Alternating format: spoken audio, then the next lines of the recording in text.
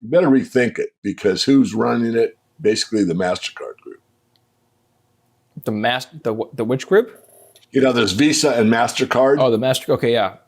It's Interesting. MasterCard. Can you elaborate on that? Yeah. What does that mean? I can't really. I don't want to misstate anything, but it's in the Crypto Conspiracy series on my blog, my video blog, number 14. Okay. Well, check that out for sure. Kurt Wuckert did it, and it's he's from CoinGeek.com if you want to look him up. Yeah, I spoke to Kurt. Yeah, he's a great guy. We talked about Craig Wright. Well, I'm not going to get into Craig Wright with you, but that's a different topic of conversation. Okay, so Bitcoin is run by. So are you saying that Bitcoin, at least, is going to be perceived by the markets as becoming a form of payment if large payment vendors like Visa, MasterCard are becoming more dominant in this space?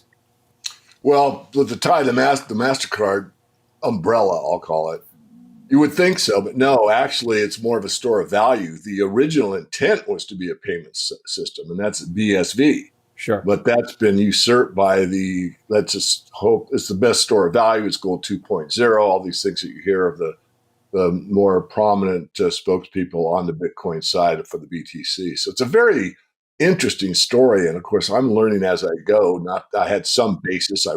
We write about the blockchain and have for 4 years every month in the premium service or paid service. So it's not like we're blind to this.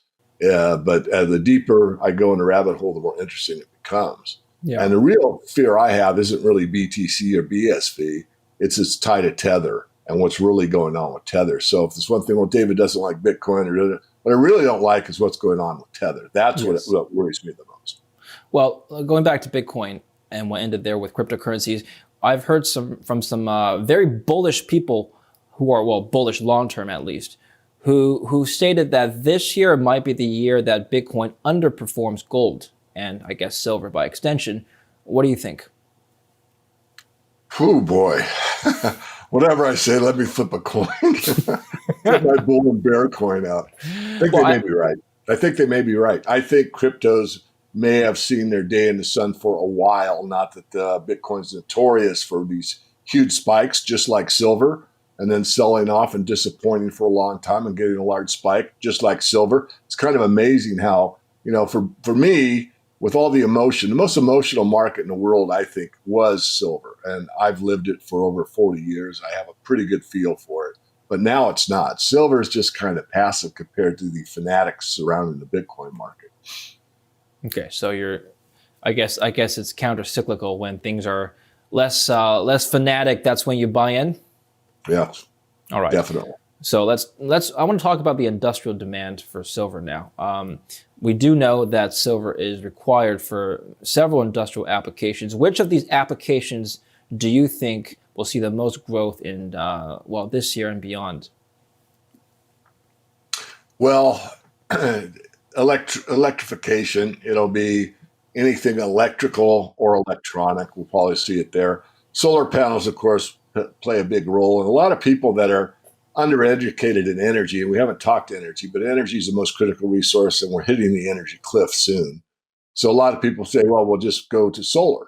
And there's a great gentleman that wrote a book, I forget the name of it, but what he doesn't understand or didn't ever look at is how do we go solar?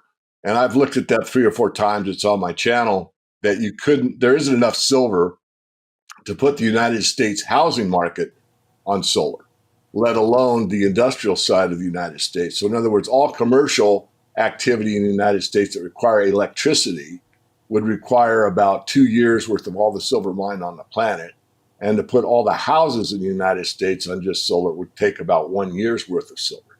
So just to power the United States solar would take 3 or 4 years. You're talking 3 or 4 billion ounces of silver. And we don't have 3 or 4 billion ounces sitting there resting, especially with 50% of the demand every year being for other purposes. So it's a story that doesn't get there, that a lot of people think, well, we'll just make do, or we'll go green. You can't go green under current technology. Let me just go a little bit further, David. You got to store that energy. One of the ways to store it is cobalt. There's only enough cobalt presently above ground to store that energy in the state of Michigan. So I don't think people really get the idea of how plentiful oil still is relative to these, let's say, green alternatives that are minuscule in capability compared to what we're already using. Mm-hmm. Okay, well, let's just sum up here. So you've got increasing demand for the industrial side of silver. You've got inflation running hotter, a potentially catastrophic stock market for this year. You've got cryptocurrencies waning, at least in their price momentum. So far, it seems to me like the stars are all aligned for precious metals to go higher this year. Am I correct to make that assumption? Well, you are correct in everything you said. I'm sorry. I'm getting a bit jaded, and I'm one of the silver bulls out It's Monday, David. I understand. We've all got those days. I'm holding my position, and if we get a big dip, I'm going to add more. There's no doubt. I think longer term, if you got a timeline, I know that, maybe I should apologize. I don't mind doing that. I said that 90% of the move comes the last 10% of the time. We don't know when this market ends. I mean, if it goes up astronomically over the next couple of years, which I've predicted in the past, and it may take place, I don't think that's out. But it could be longer than that. I just don't know. Again, the market knows more than anyone. Right. Well, the market fundamentals are certainly supportive of silver. Let's talk about potential, I guess, headwinds that might be pushing the price down to below your upside target, for example. Well, I think, if the crypto market takes off, Bitcoin makes a new high. I think there'll be a lot of momentum traders that will follow it in. They might sell their, silver futures positions or something and move it into a cryptocurrency. It could be a number of things that would move it. I mean, if I'm wrong about the stock market, it makes a new high. All of a sudden, a miracle happens and the Fed policy works and inflation drops back to 2% and unemployment goes, really well. But none of those things are realistic in my view. Yeah. Everything we talked about is the real world as we see it and has been the case. The markets just haven't reflected reality yet. Silver is the most undervalued metal on the planet. And it's the most useful metal on the planet. So I think if you're going to buy low and have some patience, it's the place to be with part of your asset class. The problem with silver bugs is they go all in or they buy too much and it goes nowhere for 5 years and they're really upset they didn't buy Tesla. Well, there's nothing to say you couldn't have put, 10% in silver and put 90% in Tesla, then you'd be smiling, right? Well, Teslas do have silver in their batteries. So I guess indirectly, if you're buying a Tesla vehicle, you're also investing in silver. But to your point about silver's performance being a laggard compared to the rest of the market, let's talk about your projection for the rest of the year. Well, I'm going to give you a statement, and feel free to agree or disagree with my statement. So gold has only $200 left before it reaches $2,000, and then it's only a few bucks before it reaches new all-time high. So on a percentage basis, silver has a lot more work to do than gold does before it reaches new all-time highs. Can you then make the assumption that it is more likely for gold to hit new highs this year than it is for silver to do the same thing? Yeah, I think it is. Okay. I think it's more likely that gold will make a new high. Okay, yeah, because for silver to breach previous all-time highs, in nominal terms at least, it has to breach $50 an ounce, which is almost double its current price level. So, yes, you're right. Let's talk about a more conservative estimate then. Can it go to $30 at least? Oh, yeah. And once it gets above 33, it could go from 33 to 50 pretty quick because there's no upside resistance. Everybody that holds it at 33, there's just no overhead, meaning overhead supply that people bought it at 40 or 45. There's just hardly any there. So it can fill that gap, you might say, very, very quickly. Here's another statement, David. Some would say that the prices of gold and silver will diverge this year more so than last year because gold will continue to trade like a monetary metal, whereas silver's industrial impact will be more dominant. Therefore, it will start trading more like copper or potentially like nickel or lithium, like a raw commodity, like a base metal. What do you think? Partly. There's been a divergence where gold and silver used to be correlated at about 85%. That's a very high correlation.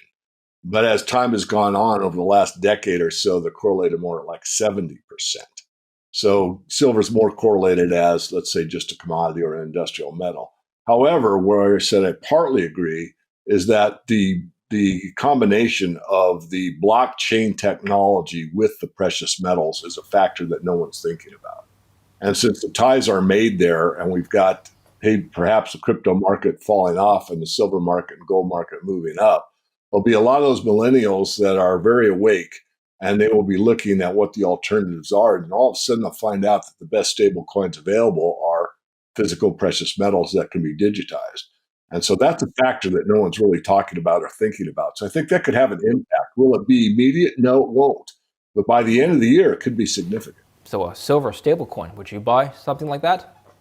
I have. I mean, I'm an ambassador for the Load Project, full disclosure. So I have an investment in it. You have to invest silver. You couldn't put in fiat. You couldn't put in Bitcoin or Ethereum. You had to pledge silver to be involved. I did so. Many others followed me in. And it's probably the only blockchain-based precious metals investment that I know of that uses the metal itself to found the whole infrastructure. All right, final statement now, David, and I'll let you go. David Morgan in 2022 will sell all his gold and silver holdings and buy Bitcoin. True or false? False. False. All right. Very good. Well, thank you so much for coming on the show today and giving us your insights. I appreciate it. Thank you for your outlook on silver for 2022. Thank you, David, and thank you for giving me such a long interview. I appreciate it. It's my pleasure, David, and you always give a very detailed analysis. And thank you for watching Kitco News. I'm David Lin. Stay tuned for more, and don't forget to subscribe to our YouTube channel.